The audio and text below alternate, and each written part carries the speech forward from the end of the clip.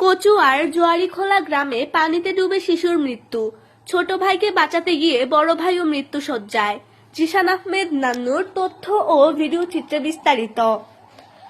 চাঁদপুরের কোচা উপজেলার জোয়ারিখোলা গ্রামে পুকুরের পানিতে ডুবে নাদিম নামের 2 বছরের এক শিশুর মর্মান্তিক মৃত্যু হয়েছে।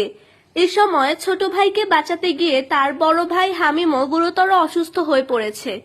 বর্তমানে সে কুমিল্লার দাউদকান্দির গৌরীপুর উপজেলা স্বাস্থ্য কমপ্লেক্সে চিকিৎসাধীন রয়েছে। বুধবার 22 জুলাই সকালে উপজেলার জোয়ারিখোলা গ্রামের মোবারক মেম্বারের বাড়িতে এ মর্মান্তিক ঘটনা ঘটে। নিহত শিশু নাদিম সৌদি আরব প্রবাসী আলম মিয়ার ছেলে।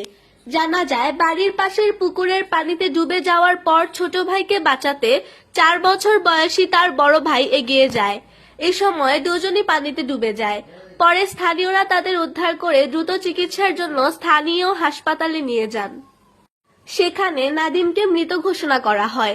গুরুতর অবস্থায় তার বড় ভাইকে দাউদকান্দির গৌরীপুর উপজেলার স্বাস্থ্য কমপ্লেক্সে ভর্তি করা হয়েছে।